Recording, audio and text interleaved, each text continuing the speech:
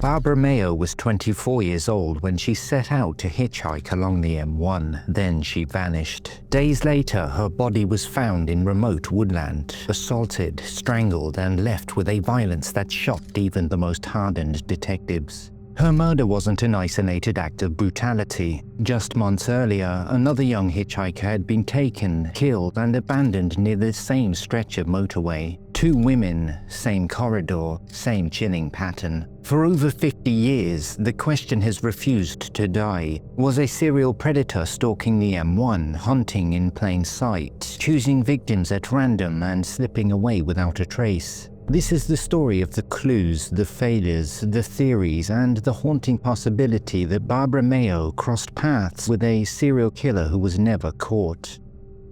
Welcome to Crimes That Haunt Us. We release a new case every Sunday at 6 p.m, so hit subscribe and don't miss the next one. And let me know your thoughts on this case in the comments. I'd love to hear what you think.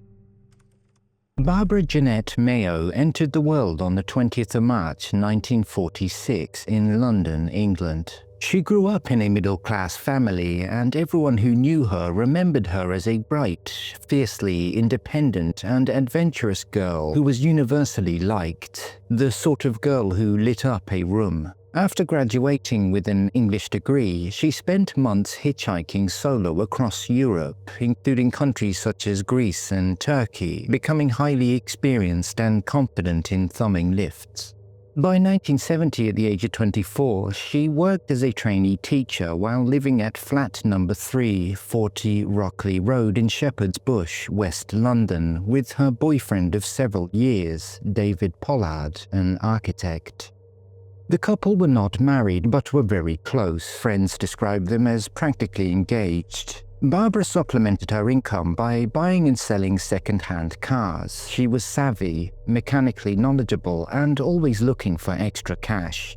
She was a very attractive young woman who stood at 5'6", slim build, with long dark hair and often described as unusually trusting and friendly, the archetype of the young, student-style hitchhiker so common at the time. She regularly carried a large yellow-brown canvas rucksack with a red elephant motif, instantly recognizable and believed by police to have possibly been kept by the killer as a trophy. No trace of the bag was ever found despite a nationwide appeal.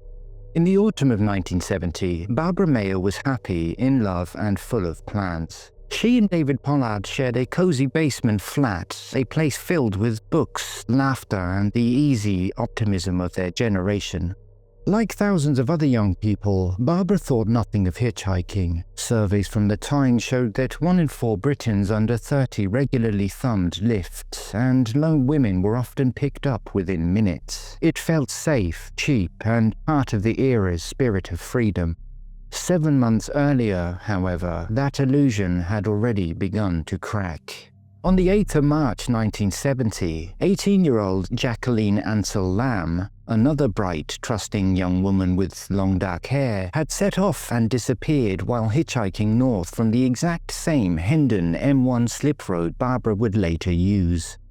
What happened to Jackie would send the first chill through the hitchhiking culture Barbara still took for granted, and it would prove to be a grim foreshadowing of the danger waiting on Britain's new motorways. A young man she had just recently met and had stayed with over the weekend in London had dropped her off at the start of the M1 in Hendon so she could hitchhike north back to Manchester. Jackie then shared a lift with a driver for 50 miles up the M1 into Buckinghamshire. How she travelled further north from here isn't known. Between 9 and 10 p.m. that Sunday, Jackie was last seen at a transport cafe just off junction 20 of the M6 near Warrington and Cheshire. She was seen in the company of a smartly dressed man wearing a suit who bought them both a cup of coffee and sat in a booth. She was then seen getting into a car with this man and leaving. She was never seen alive again. On the 14th of March 1970, Jackie was found beaten about the head and strangled with an electrical flex. Her partially clothed body was dumped in secluded woodland just off the M6 near the transport cafe where she was last seen 6 days earlier.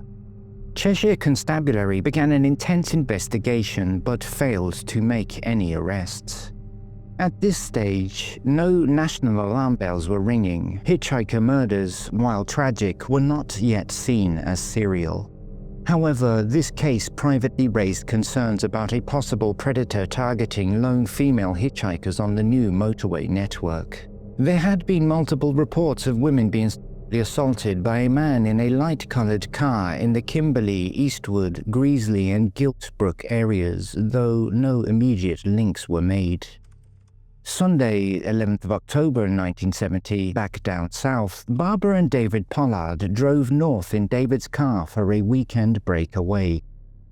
Their car broke down near Catterick Garrison, North Yorkshire. They hitched back to London together, leaving the vehicle at a local garage in Catterick Bridge for repairs. Barbara told David she would return alone to collect it the next day once it was fixed.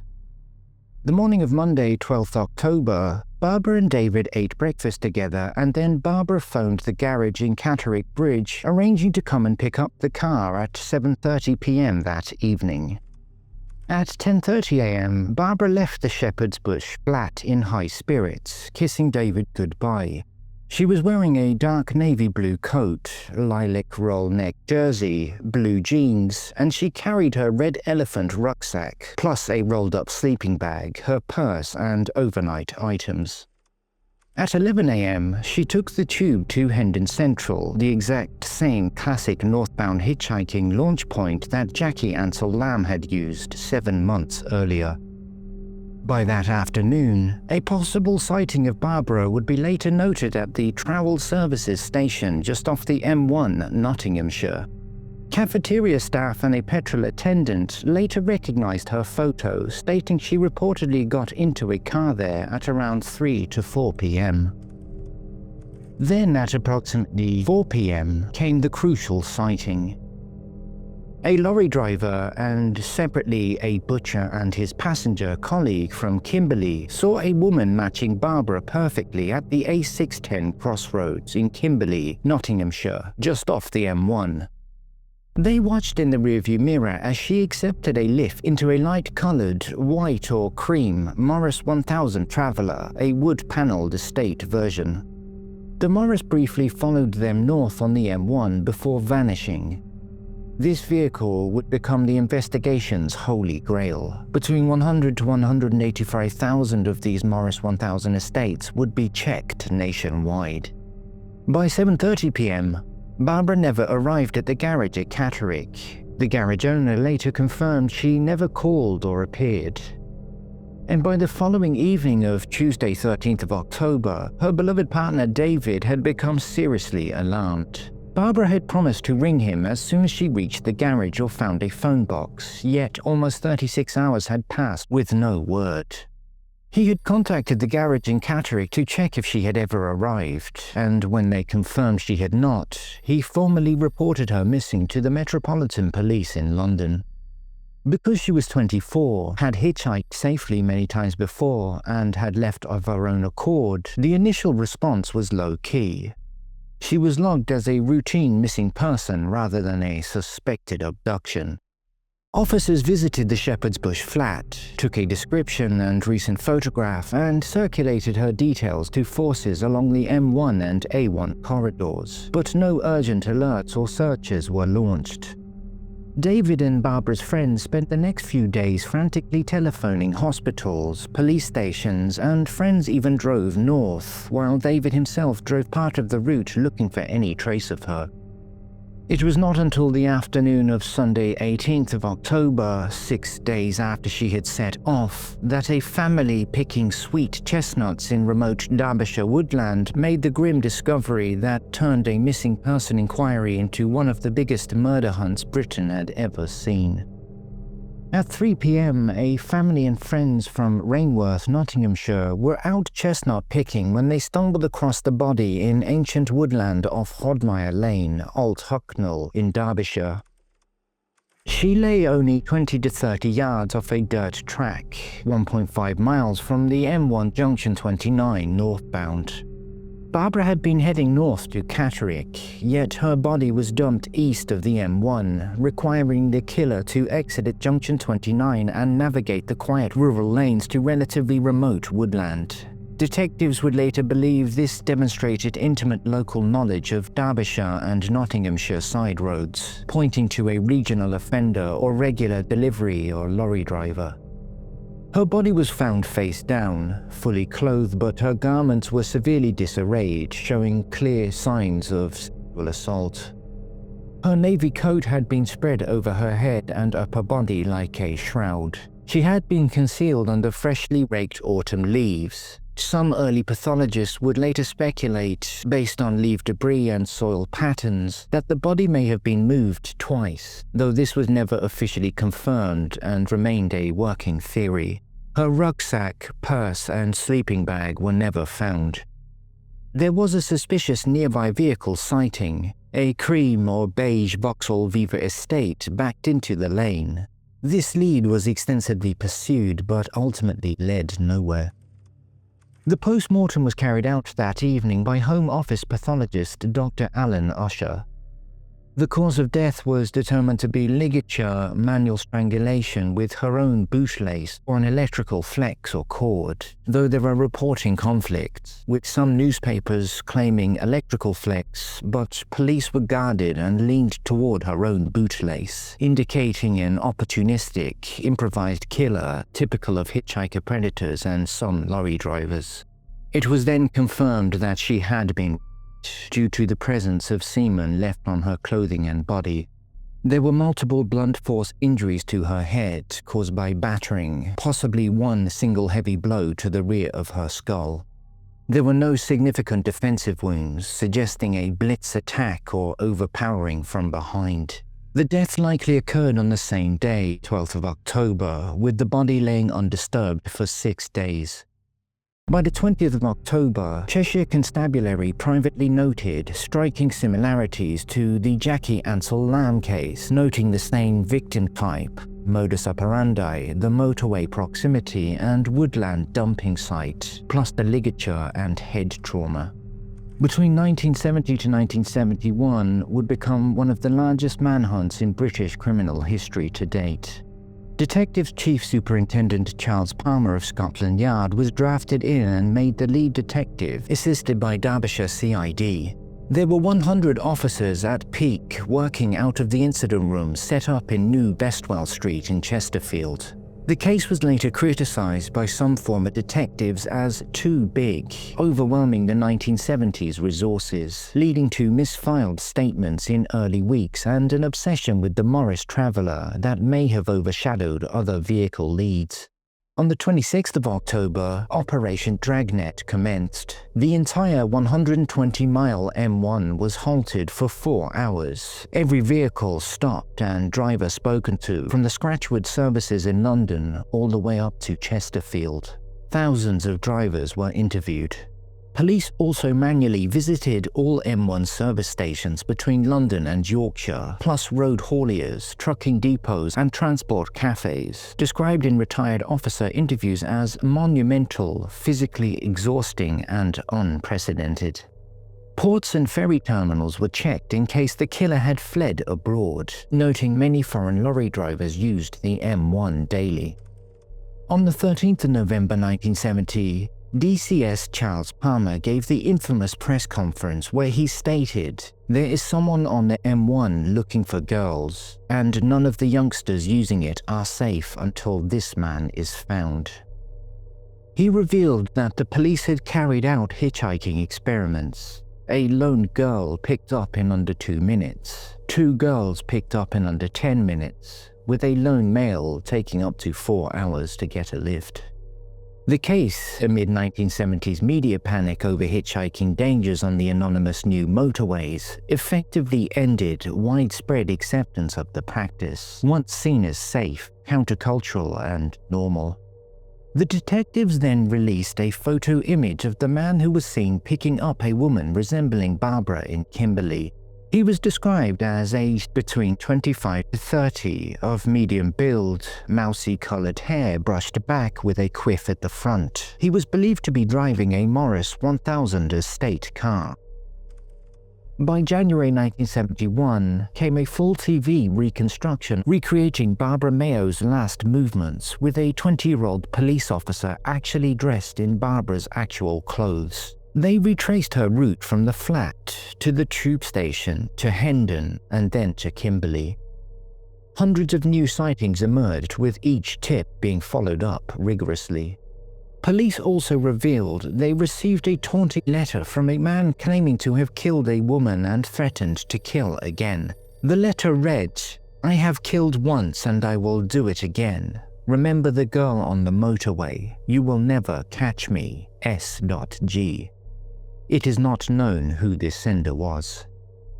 The policing stats after the first year of Barbara Mayo's investigation were 47,000 statements, 126,000 people interviewed, 185,000 Morris travelers checked, and 78,000 public calls. But the case grew significantly cold. On the 12th of September 1973, in Bakewell, some 22 miles away from the deposition site of Barbara Mayo, 32-year-old office clerk Wendey Sewell walked into the quiet cemetery where she was suddenly attacked with shocking violence, suffering severe head and facial injuries from repeated blows which bore striking similarities to both the Mayo and Lamb murders. Her clothing was found disturbed, leading investigators at the time to consider, but never conclusively prove, that the murder was sexually motivated. Minutes later, she was discovered unconscious by 17-year-old cemetery groundsman Stephen Downing, who would soon become the centre of one of Britain's most controversial miscarriages of justice. Convicted of her murder, imprisoned for nearly 3 decades, and ultimately exonerated when his confession was ruled unreliable and his conviction declared unsafe. An eerie question mark would linger for decades over whether her death could be linked to the killings of Barbara Mayo and Jacqueline Ansell Lamb. However, efforts to find a link would be hampered due to no usable DNA evidence being retrieved from the Sewell crime scene. In the early to mid-1970s, the case was checked against the emerging Yorkshire Ripper attacks in the northeast. It would later transpire that Peter Sutcliffe had owned a Morris traveller, and he regularly drove the M1 corridor in 1970. Sutcliffe would be formally questioned after his arrest due to the geography and the MO fits, but he would give no confession. Additionally, serial killer Fred West would be briefly examined by detectives in the 1990s due to the time frame and victim profiles, though police would find no link. In June 1988, 2 Derbyshire detectives made a 10,000-mile round trip to Canada after eliminating a Canadian from their inquiries into the killing of Barbara Mayo. Derbyshire police had received information on this man 3 years earlier, suggesting the Canadian might be involved. This man, who was Ontario-born, had lived in Southampton for 16 years and is said to have travelled the motorways extensively as part of his work. He would have been aged 39 at the time of Barbara's murder. He was finally traced by the Royal Canadian Mounted Police in British Columbia, and arrangements were made for the 2 detectives to fly out to interview him. However, this man was ultimately ruled out as a suspect and eliminated from the investigation. Between 1990 to 1991, the Jacqueline Ansell Lamb and Barbara Mayo cases are officially recognized as having striking similarities. Both victims were young, dark-haired, who trusted the road. They both vanished after setting out from the exact same spot. Both were heading north on the same motorway corridor. Both accepted rides from smart, rep-like cars, and both, within minutes or hours, were dead. The violence was identical in its cruelty and precision. Each was incapacitated by a savage blow or blows to the back of the skull. Each was then strangled with whatever ligature was closest to hand. Before or afterward, the killer carried them only a short distance from the carriageway and laid them face down in quiet woodland. He covered their faces as though he could not bear to see what he had done. Everything about the attack screamed the same cold, opportunistic mind. A man who knew the motorways intimately, who could strike fast, kill, and vanish along the anonymous backlanes before anyone noticed a car pulled off the hard shoulder. But only one thing was different. In Barbara's case, modern science would eventually recover a full male DNA profile from the semen on her clothing. In Jackie's, the evidence had degraded too far to yield anything at all. No forensic bridge existed to prove the cases were linked beyond doubt. In January 1991, they took the unprecedented step of broadcasting both crimes together on BBC Crimewatch. Reconstructions of both women's last movements were shown, as well as senior officers from both forces appearing together.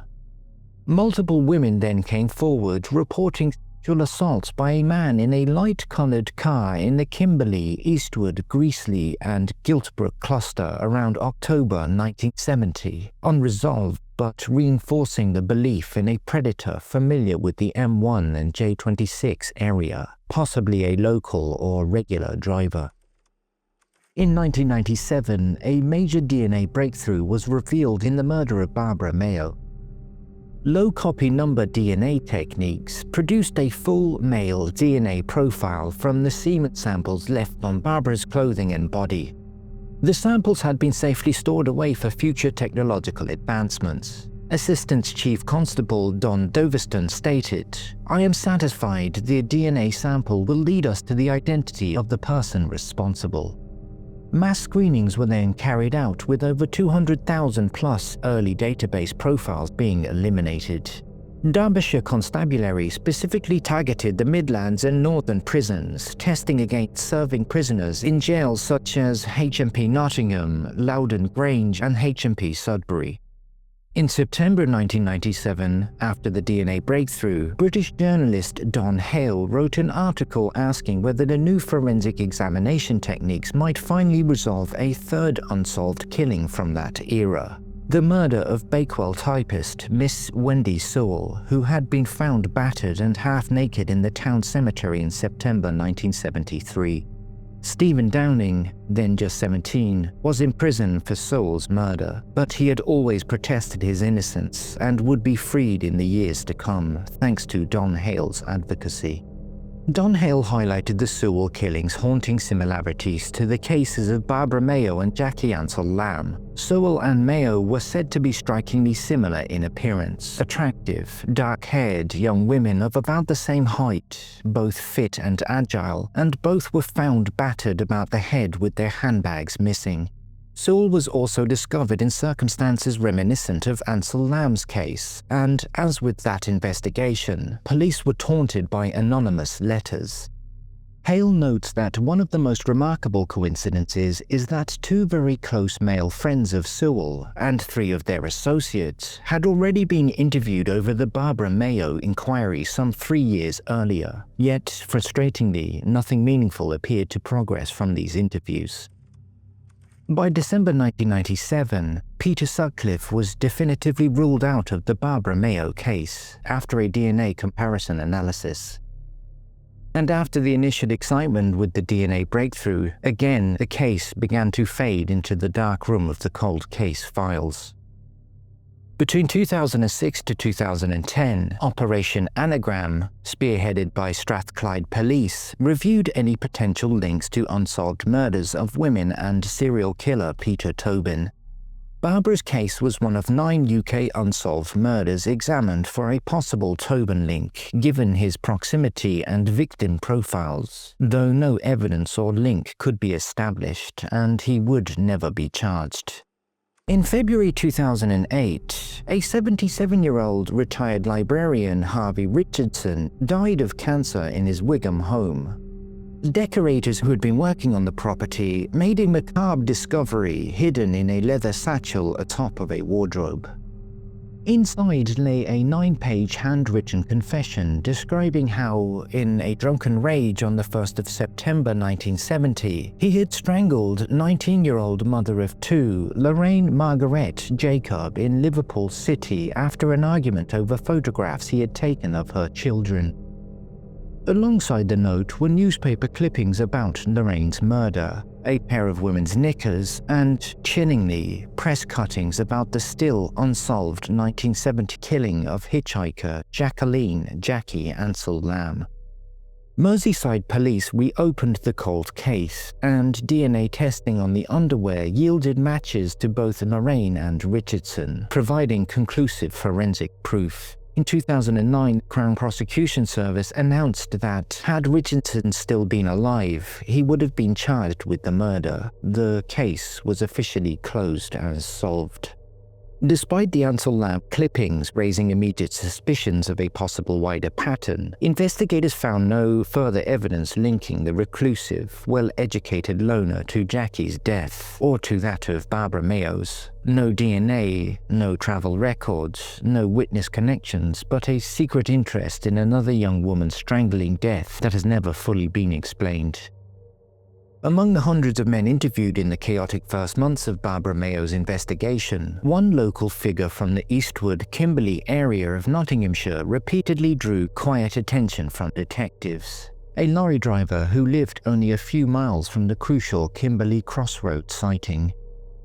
He was questioned early on because he regularly drove the M1 corridor, owned vehicles similar to those in witness descriptions, and, most intriguingly, was later linked by rumor and anonymous tip-off to a series of non-fatal assaults on women in the Eastwood, Greasley and Giltbrook areas around 1970. These assaults involved a man in a light-colored estate car attempting to lure or force women off the road, attacks that bore an uncomfortable resemblance to the opportunistic style of Barbara and Jackie's abductions. The driver always strongly denied any involvement in the Mayo murder or the Ansell Lamb case, and he provided alibis that held up at the time. This man was never arrested or publicly named. When the 1997 DNA profile became available, he was among the original pool of local suspects prioritized for testing, and he was conclusively eliminated. No charges have ever been brought for those historic assaults either. More than half a century later, the murders of Barbara Mayo and Jacqueline Ansell Lamb remain two of the most haunting and unsolved cases. Cold, dormant, and untouched by justice despite everything thrown at them. Barbara's full male DNA profile has never produced a single match. Repeated appeals, reconstructions, and the biggest motorway manhunt the country had ever seen have yielded nothing but echoes. Jackie's file, handled separately by Cheshire Constabulary, is equally silent. No recoverable DNA, no new witnesses, no breakthroughs. And while the circumstantial parallels between the two killings are so stark that many detectives past and present still speak of them in the same breath, Derbyshire police have stated unequivocally in recent years, no evidence has been found to link the deaths. The motorway predator, whoever he was, took his secret with him, leaving only questions, grief, and two bright young lives cut cruelly short on roads that were supposed to carry them toward adventure, not oblivion. Barbara Mayo's life was one defined by curiosity, intelligence, independence, and kindness. Her story is not only a tragedy, but a reminder of a young woman whose promises were stolen far too soon, and whose loss changed the way a nation understood safety on its roads. More than 5 decades later, those who loved her still speak of her warmth, her courage, and the bright future she never had the chance to fulfill. As long as her case remains unsolved, the search for answers continues in her name, with the hope that one day, justice will finally be found for Barbara Mayo and indeed Jackie Ansell Lamb. Thank you for watching and listening to Barbara's story. Please feel free to add your own thoughts, comments, and theories down below, and we'll see you next time.